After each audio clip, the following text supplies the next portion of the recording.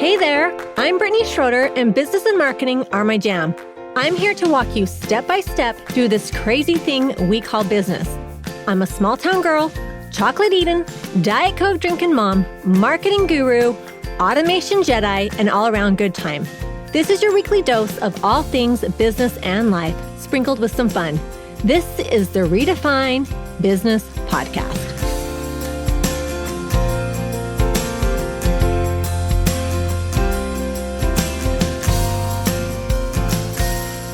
Welcome to another episode of Redefine Business Podcast.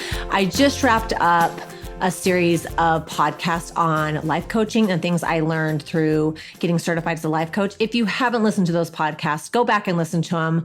You will love them. They will help you so much in business and life. They're applicable to every part of our life. So take a listen to those. Okay, let's get back to what we love the most, and that is business. Have you ever tried on a pair of shoes and they just didn't fit right? This is the story of my life, I feel like. But maybe they were too small, or maybe they were like pinching your toes with every step, or they were rubbing your heels, or they were too big and they were like causing you to maybe stumble awkwardly, or you were getting blisters, whatever. But you loved them. You're like, oh, I love the idea of these shoes. They look great in the store on the shelf, and they look so good on my friend or this influencer. But they weren't a match for you. Now imagine wearing those shoes day after day, hoping that eventually they're going to conform to your foot and they're going to feel just right and look just right. Maybe the discomfort, it might fade into the background at times, but you are really never able to shake that sense of something just being off. You just didn't love them. Well, building a business using someone else's blueprint is a lot like wearing shoes that just don't fit. It might seem okay at first, and after all, it worked for them, and why wouldn't it work for you? But over time, the strain of trying to conform to a model that doesn't align with your personality, with your strengths and values, they can wear you down. This is where burnout begins to creep in, and it leaves you wondering why you ever started the journey of being an entrepreneur in the first place. As entrepreneurs, we often look to others for inspiration, especially in the early stages of our business. We read these success stories and we go to seminars or we watch webinars. We scroll through social media trying to get insights on how the top performers got to where they are. It's easy to fall into the trap of thinking, well, if it worked for them, it's going to work for me. But here's the truth. Businesses are not one size fits all. You might see someone running a hugely successful marketing campaign and they are getting a ton of followers on Instagram or TikTok, and you think that you need to replicate that exact strategy. But what you don't see is the behind the scenes reality of what went into making that work, what their strengths are, how much money they had to invest, their connections or their personal style that might resonate with their audience. What works for them might not work for you. Just like a strategy that fits perfectly for a different type of business owner, it could feel all wrong for you. When you try to force yourself into someone else's mold, you're bound to experience a lot of friction. Sure, you might have some success, and that might be short term, but over time, then that friction, it turns into frustration. Ultimately, it turns into burnout. Why? Because you're not being authentic. You're not playing to your strengths or building a business that feels right to you. I know authenticity. I know it's kind of a trendy word right now, but somebody give me another word that works just as good as that word, because I cannot find another one that works as well as authenticity. But in business, authenticity is just more than just a buzzword. It's the foundation for sustainability. When you build a business that reflects who you are and what you value and how you like to work, everything starts to feel more natural. You'll attract clients and customers who resonate with your message and your style, not just the tactics you're using.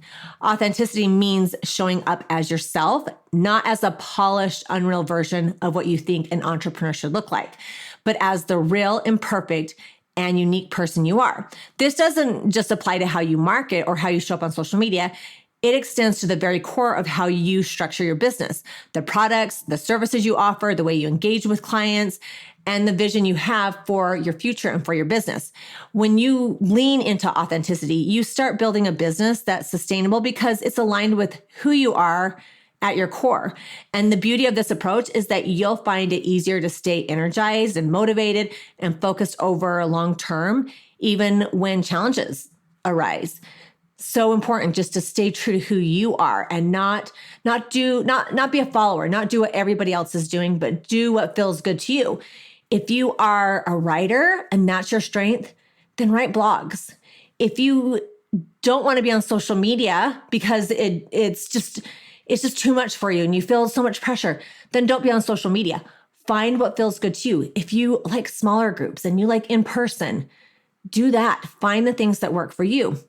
When we build our business based on someone else's template, it's easy to feel like we're constantly chasing something that's always just out of reach. You might be working long hours and trying to emulate another entrepreneur's social media schedule, but it feels like a grind rather than something you're passionate about.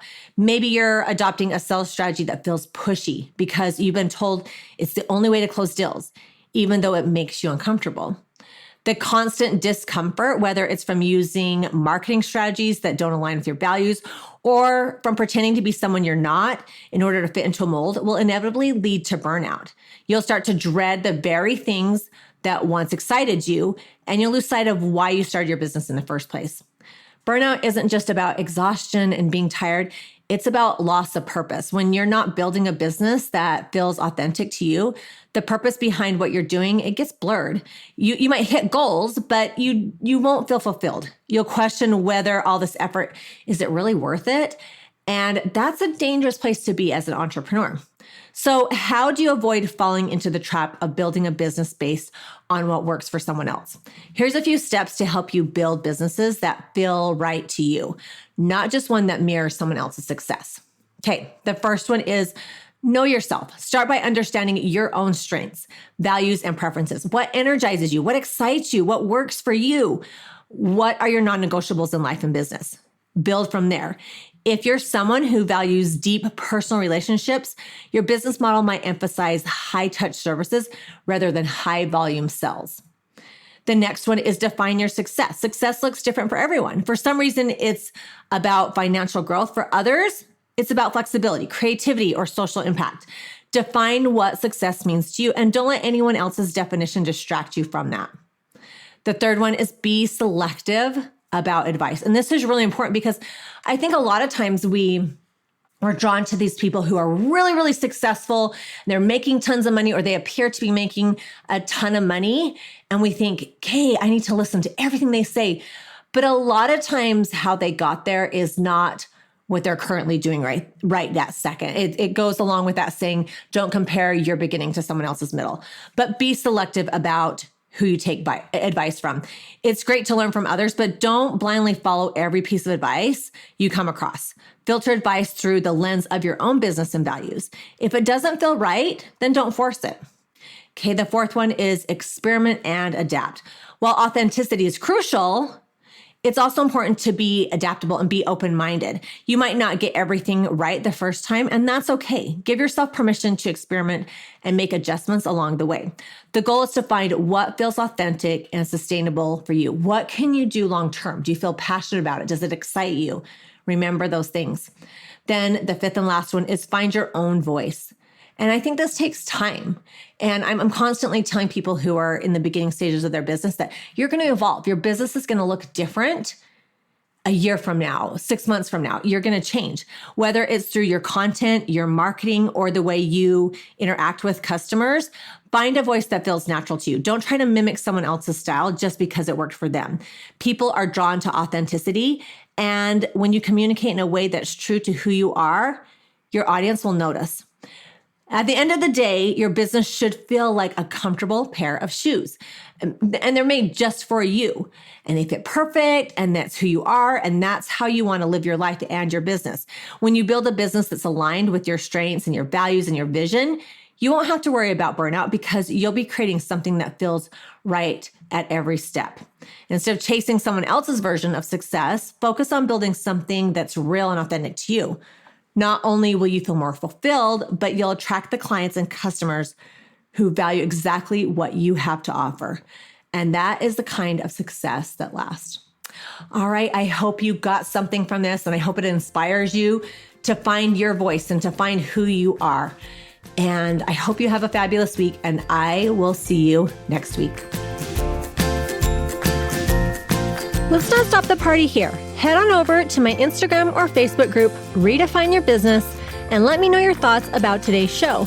I will see you again, same time, same place, next week.